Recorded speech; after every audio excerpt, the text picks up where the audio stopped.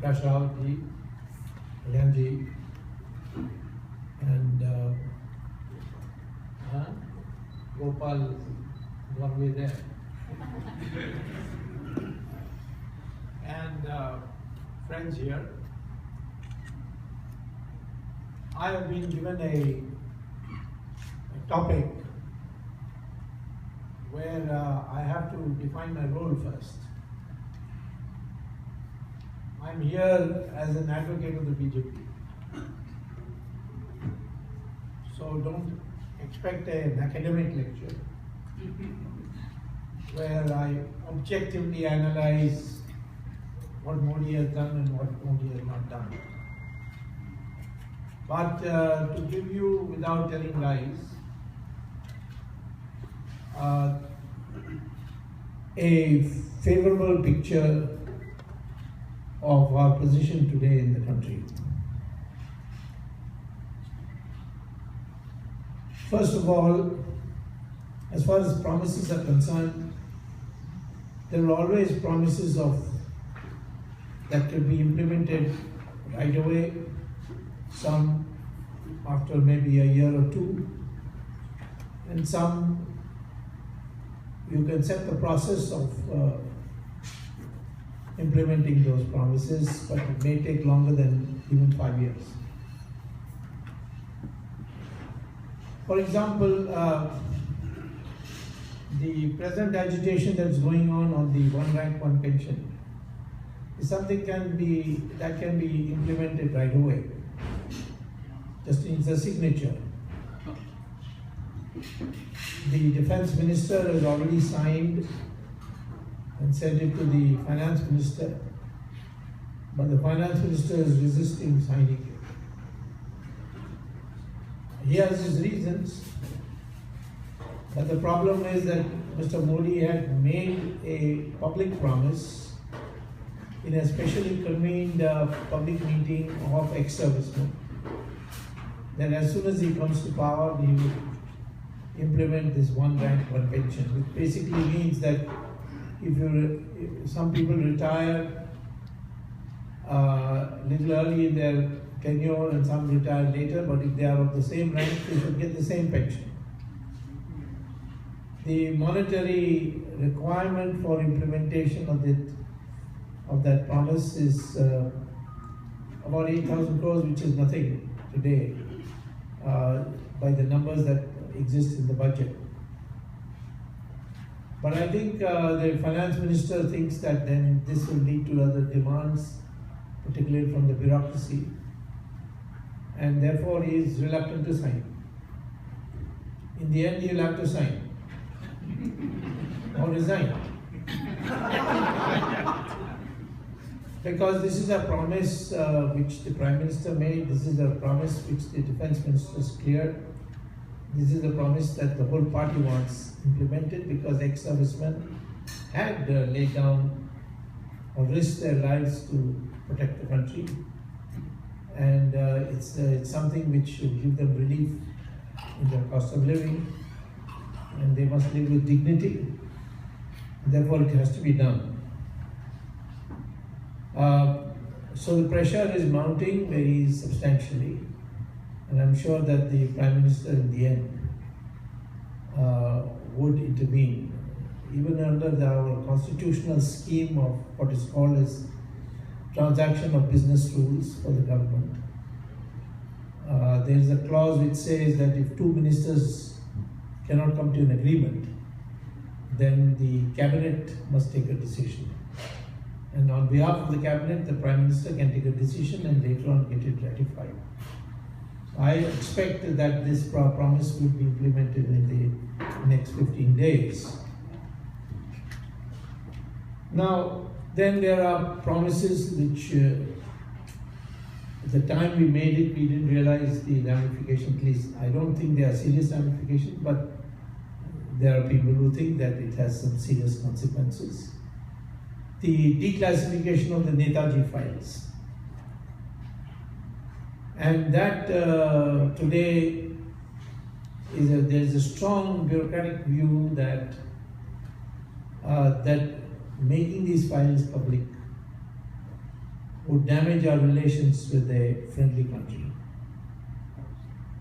Now that means that Netaji's death had something to do with a friendly country. We need to know. Did he die in that air crash? If he died in the air crash, no friendly country is involved. But if he didn't die in the air crash, but he was killed by a friendly country, we'd like to know who facilitated that killing. When I was Minister of Law and Justice, Mr. Chandrasekhar was Prime Minister at that time. He one day called me up and he said, you see, the Japanese are pressuring us to take the ashes of Subhash Chandra Bose, which is kept in an urn in Rama Temple in Tokyo. Should we take it or not? Can you give me an opinion? I was the senior most minister, so it's obvious that you would have to consult me. And I said, well, I mean, if I have to make give you a considered opinion, I must know the background material. So I want the files. So he said, well, I'll see that some of the files are made available to you. Now, out of 81 classified, still classified files, he only allowed me to see 3. So I asked him, what about the others? He said, no, because I know you'll do propaganda. So, and they're not, in my opinion, that you really need. You first see whether these 3 will suffice. But the 3 did suffice. One file showed that the stenographer of Jawaharlal Nehru had given an affidavit for which he was never questioned by the Khosla Commission examining Subhash Bose's disappearance, where he said that on 26th December 1945, now remember 18th August 1945 is the date Subhash Bose was allegedly killed in an air crash. So now we are talking about some months after that,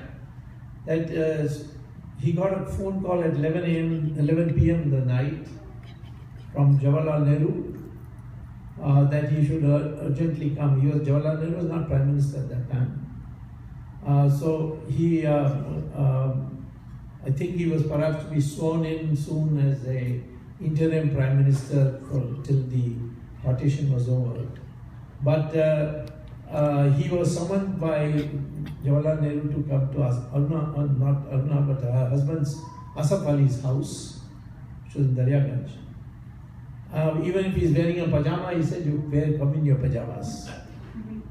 Now, he went there, and Jawaharlal Nehru first, out of his pocket, pulled out a piece of paper and said, this is in handwriting, will you type it?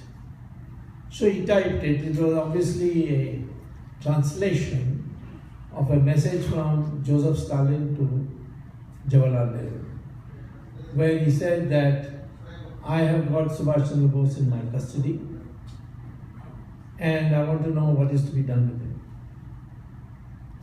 So then he typed that. Jawaharlal Nehru then said, okay, give me the carbon also. So he took the carbon also and took the copy also. And then he gave a dictation.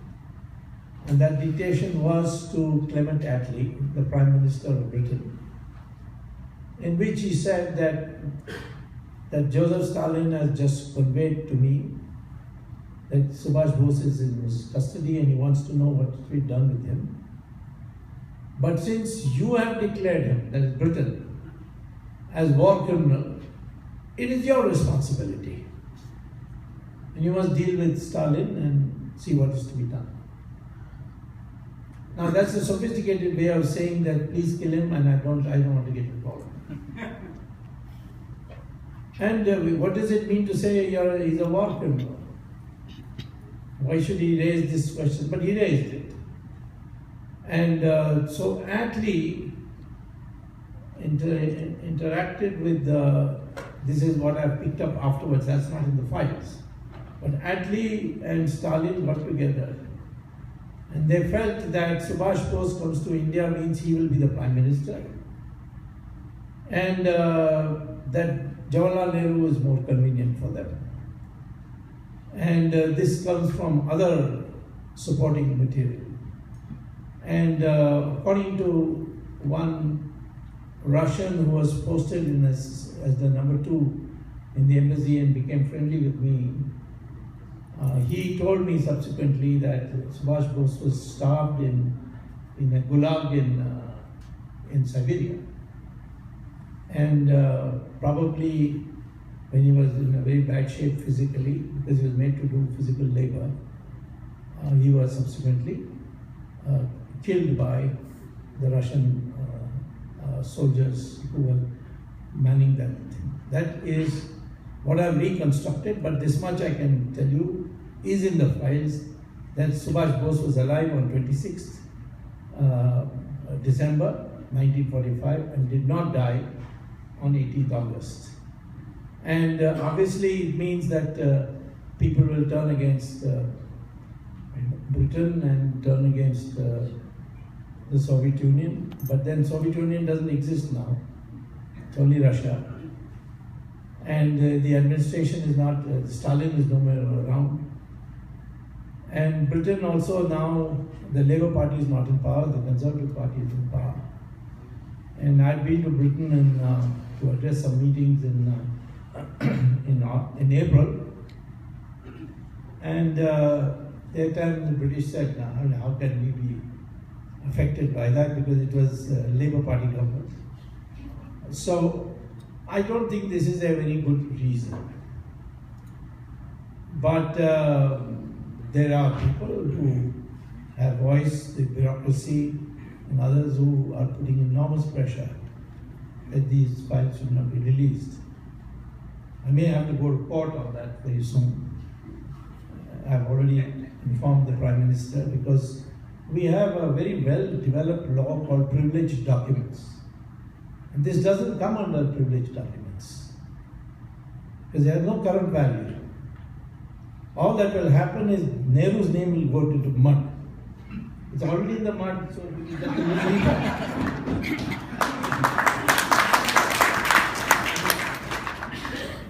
So, therefore, many people are agitated. Why are we not releasing it? Why you made a promise, you're not keeping it. I think this promise also, it's only a matter of time before we keep it. This is the new factor that came in that our people did not know. And now they don't know, what will happen if you make it public.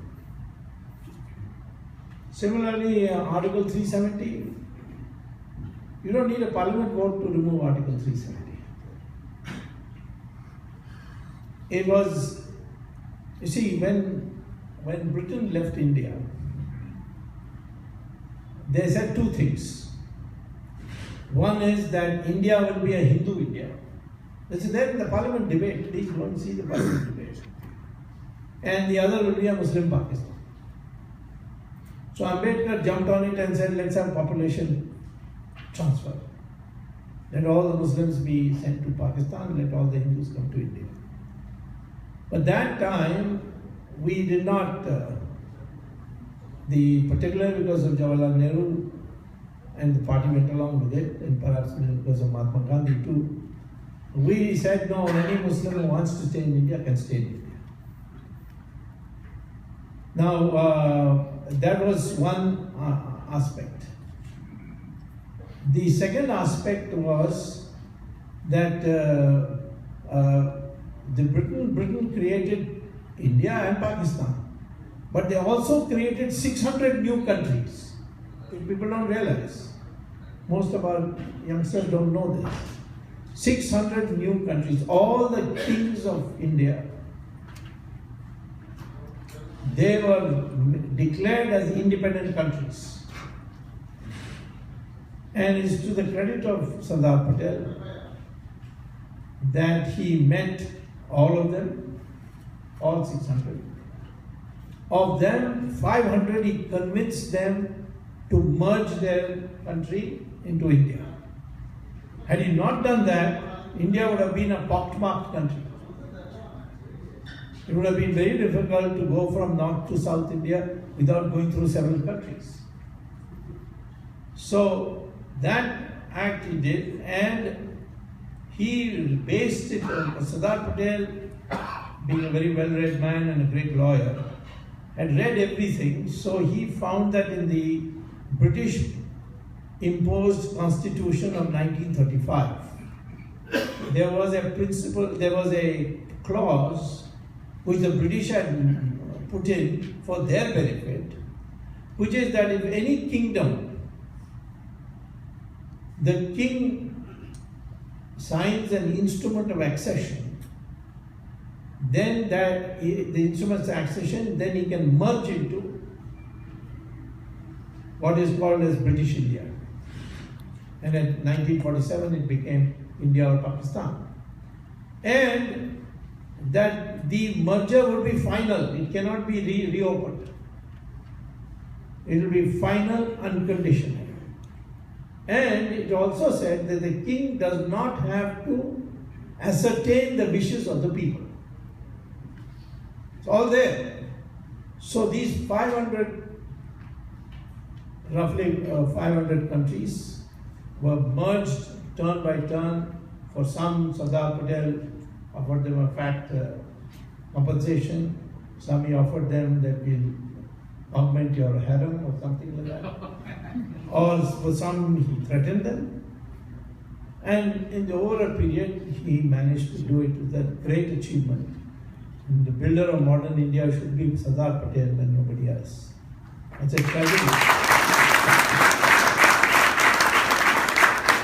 It's a tragedy that when I became minister and Republic Day was to come, Chandrasekhar asked me, who all shall we give Bharat Ratna? So I said, let me look at the list. And I was surprised. No Sardar Patel name. Bharat Ratna was instituted in 1954 under the signature of Jawaharlal Nehru. And the first person who got the Bharat Ratna was Jawaharlal Nehru himself.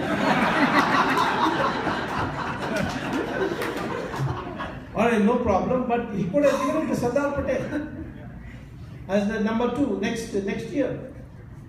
But in 1991, under my signature as law minister, I sent a proposal to the Prime Minister who endorsed it, and the President notified, and Sardar Patel got the the Bharat Ratna in 1991. That was one. Same thing with Ambedkar. He didn't. The Congress government didn't refuse to give it. His name was turned down many times. It had been proposed, turned down. It was the Janata government who did it. So, therefore, anyway, it takes a little afar. But I'm saying that at that time when Sardar Patel was doing this, the king of Kashmir, being a Hindu and thinking that he had a large Muslim population, and being on the border of India and Pakistan, he thought he will emerge as a kind of Switzerland. And in the beginning he said, no, I'm not merging with either India or Pakistan. Then Pakistan sent its army into Kashmir. And the king's army was no match for it. So they were on the outskirts of Srinagar. They had come as far as Baramulla. And the king got panicky. And he came rushing to Delhi and met Sardar Patel and said, please send the army to protect me. After all, I'm also I'm a Hindu king and all that. So Sardar Patel said, yes, of course, you are a Hindu king, we know that. We like you also very much. But here's a piece of paper, please sign here. Under the instrumental accession. And he signed. He said, otherwise, no army, you go back. So that man gave some abuse that was told by an eyewitness to Sardar Patel, that you are a mean, cruel man, this, that, but anyway, he signed. So on that day, which is 26th October 1947, Kashmir became an irreversibly a part of India. And he did not have to ascertain the opinion of the people of Kashmir for doing that. So there is no dispute on Kashmir. But Jawaharlal Nehru thought this Patel is getting every credit. So he said, no, this is an international matter. Because you see, it's a border state. And there's Hindu and Muslim, other states are not quite like that. And therefore, we will try to get Pakistan's army evicted by going to the UN. And he went to the UN. I found that when I was minister, I looked at the old files and I found that there was no cabinet resolution to take this to the UN. So it's not binding on any future government taking it to the UN. We can withdraw it any time.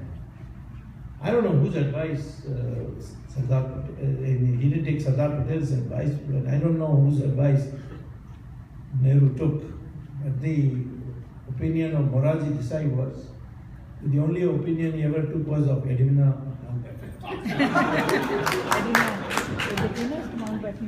And after doing it, he promised Article 370 to be incorporated in the new constitution, which was being discussed at that time by the Constituent Assembly. The president of the Constituent Assembly was Rajendra Prasad. The chairman of the Fundamental Rights Committee was Sardar Patel, and the drafting committee chairman was Ambedkar. So, therefore, it had to be. We were at the, at the stage, and by then it would be 1948. We were fairly advanced stage. The constitution was finalized and adopted by the Constituent Assembly in 1949 November. So this had to be now inserted. But Jawaharlal Nehru didn't have the courage to move the motion himself because he knew that people would be very hostile. The Constituent Assembly may turn him down. So he pleaded with Sardar Patel that I've got a very important meeting in London. So you please, move it. So Sardar Patel said, I can't move that because I don't approve of it. But I'll ask somebody to move. So he went and asked Ambedkar. Ambedkar said, am I a traitor to move such a resolution? I will not move it. And what happens if every king starts now saying we want the Article 370? What will we do?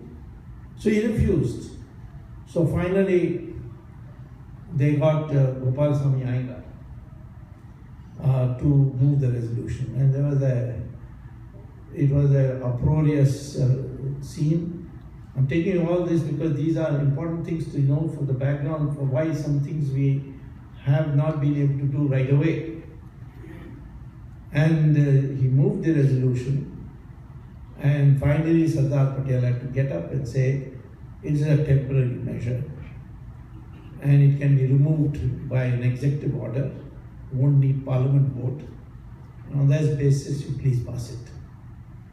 And that's how Article 370 entered the Constitution. And it's written there as the heading for that section, that article, temporary provision for the state of Jammu and Kashmir. And in that it says that if the president issues a notification stating that Article 370 is scrapped, then it is scrapped right away, on the moment the notification is issued. No parliament vote is necessary. So how is the president issuing notification? The procedure is that the cabinet adopts a resolution and sends it to the president. So for us to remove Article 370, it's a very simple affair.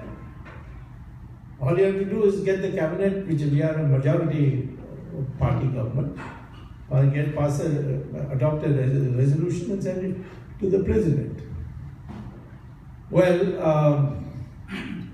there are 2-3 precautionary remarks I'd like to make on that. One is, I'm not sure that the president will not send it back saying please reconsider. It should have very adverse international effect.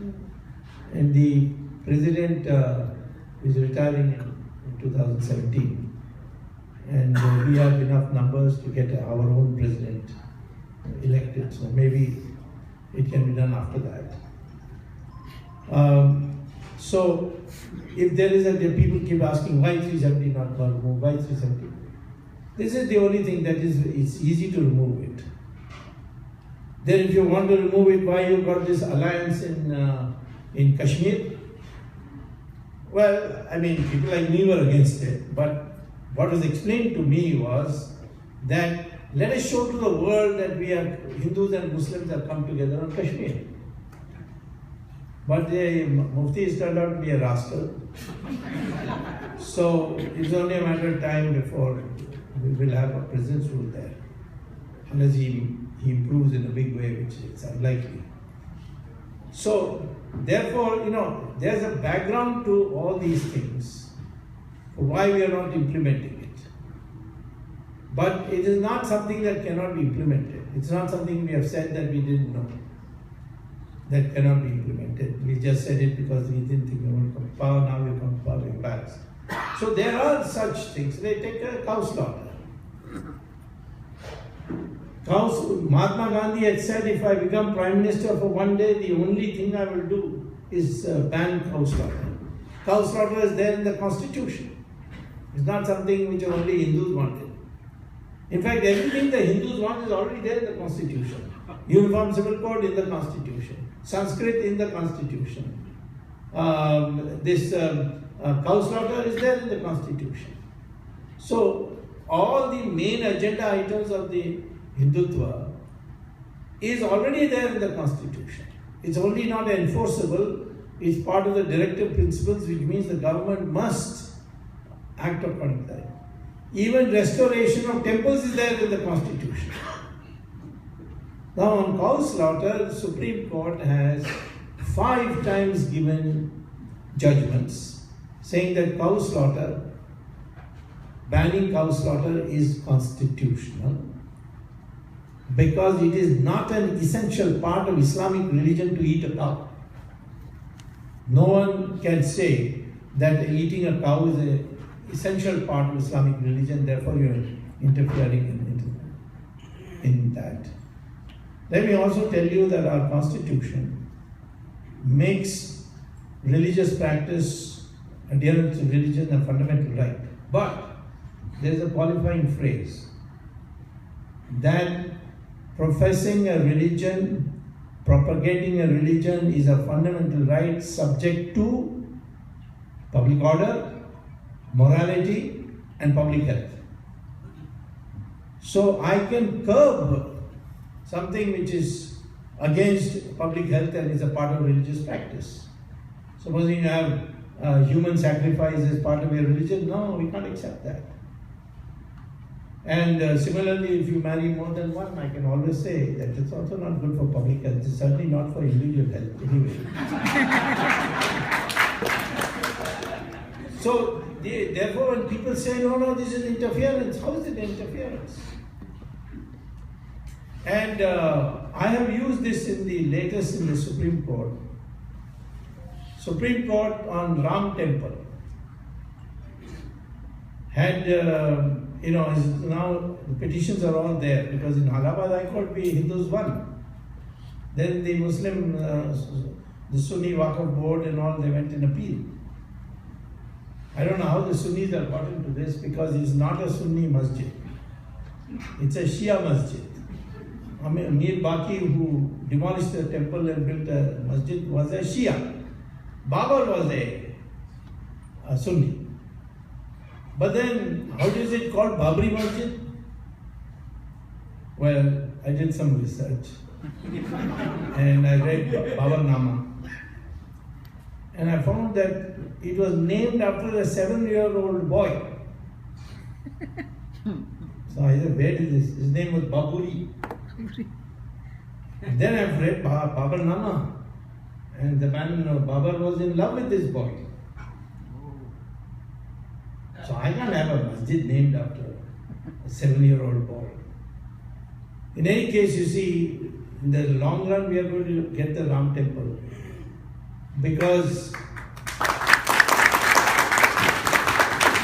I have just discovered, and I have included this in my book as a document, from the Saudi Arabians, that a masjid is not a religious place, it is a prayer hall.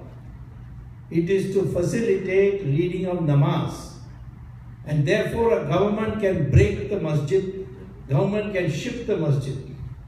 And in Saudi Arabia they are doing it all the time. So therefore, we can tell the Muslim community, why don't you build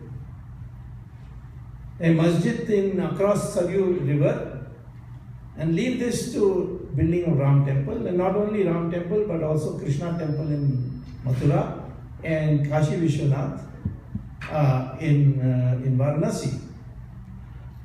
And of course the remaining 39,997 temples we are willing to forget. We give you a masjid. But these three we will do. Now, Ram Temple is so easy to do. I went recently to the Supreme Court where the petitions are pending, and I just wanted to test the waters by a small technical point. I